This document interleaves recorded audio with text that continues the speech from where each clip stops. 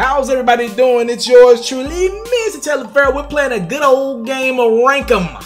A good old game of Rank'em. You gotta know your players. Anywho, between two of the NBA's greatest that they have to offer right now, Milwaukee Bucks star Giannis Antetokounmpo and Philadelphia 76ers star Joel Embiid. Now, this conversation stems from a great NBA basketball game that took place the other night in Philadelphia as the Milwaukee Bucks outlasted the Philadelphia 76ers 128-122. Now, I gotta put this little caveat in there. Jimmy Butler did not play for the Philadelphia 76ers, but it was still a great game without him.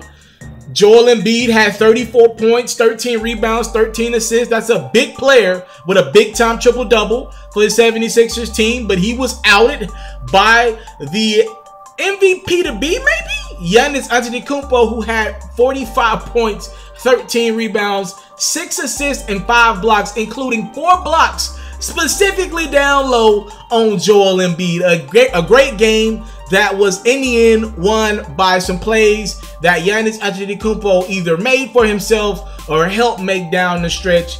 It ended up giving the #1 seed in the Eastern Conference, the Milwaukee Bucks, the W. As you tune into my platform, how's everybody doing out there? I am yours truly, Mr. Taliaferro. A great conversation is happening right now, and I love where it stems from, right? Like, there are some other little storylines about this best player in the East conversation, right? You had Joel Embiid a few weeks ago say he's the most dominant player in the NBA, right? Then you had Giannis Antetokounmpo, who came out and said they've tried throwing DeAndre Jordan on me, centers, whatever. No one can stop me. Then Giannis comes out and absolutely dominates this basketball game, gets the dub for his win. All I know is it's got me so excited about the Eastern Conference playoffs for the first time in a long time. I don't know what to do with myself, right? This feels great. These players are absolutely dominant, and all I can say is, as a fan, it makes my heart warm to know that the Eastern Conference is going to put out a great product, and it don't got to involve LeBron James. So the question is, who's a better basketball player? If I had to rank these two guys, 1-2 right now, and we could go on with who's better, who you rather have, period. Just know you're ranking these guys. 1-2, no matter what conversation you want to have. 1-2, who do you have? For me personally, I'm going to tell y'all what I got, all right? I would rather have Giannis Antetokounmpo. He's #1 for me. Joel Embiid, and I'm not saying this as a slight to Joel Embiid, he's the close second. Both of these guys are dominant in their own ways. First and foremost, Joel Embiid, ironically, a bigger player. His jumper's better than Giannis Antetokounmpo right now. He can shoot that 3 ball a tad bit better than Giannis can right now, right? I would give the slight edge to Joel Embiid on the defensive end, right? He's a block machine. Giannis is really, really good at blocking shots as well, but I would give that edge to Joel Embiid. I would take Giannis in the getting to the rim department. He's playing on the perimeter, but he's super big, 6'10", 6'11" guy with the ability to get to the rim at ease. Both of these guys are great passers. Both of these guys are phenomenal rebounds. Both of these guys, for their size, are phenomenal scorers. To me, it comes down to one simple conversation.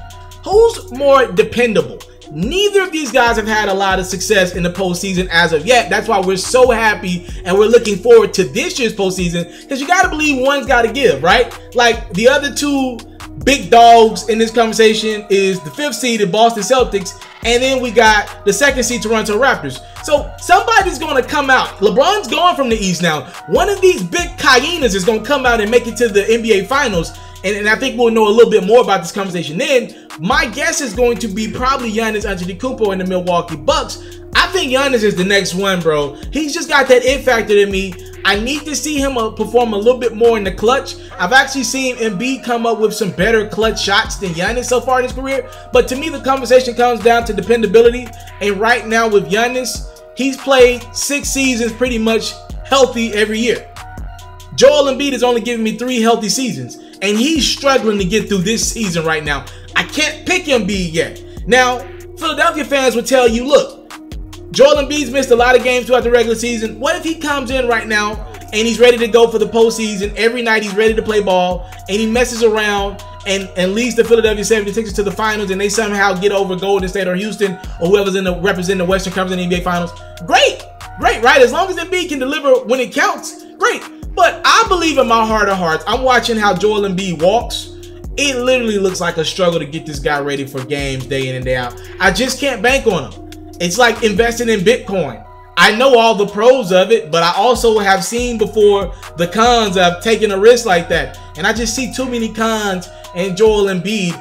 When I think him, I think of Yao Mings. I think of Shaqs. Some of these guys, Andrew Bynum. I think about all these guys who are phenomenal talents, but their bodies just broke down so quickly. I've seen it happen with all of those guys. It just feels like they fell from that cliff, like just in like moments, right? It feels like one season these guys were on top of the world, and the next season you like, what the heck happened? And I think that, and I hate to put this out there, you know, and Joel Embiid doesn't have the greatest diet either, right? I see him eating candy and stuff like that before the game. That ain't gonna get it done, fam. I'm just thinking to myself, I don't see a career of longevity on the Embiid side. And when I look at Giannis, how he's taking care of his body, how he looks phenomenal. When I see Giannis, I see more of the LeBron style body, right? When he moves around, I don't see the limp when he walks. I see physically dominant, right? A guy who looks chiseled.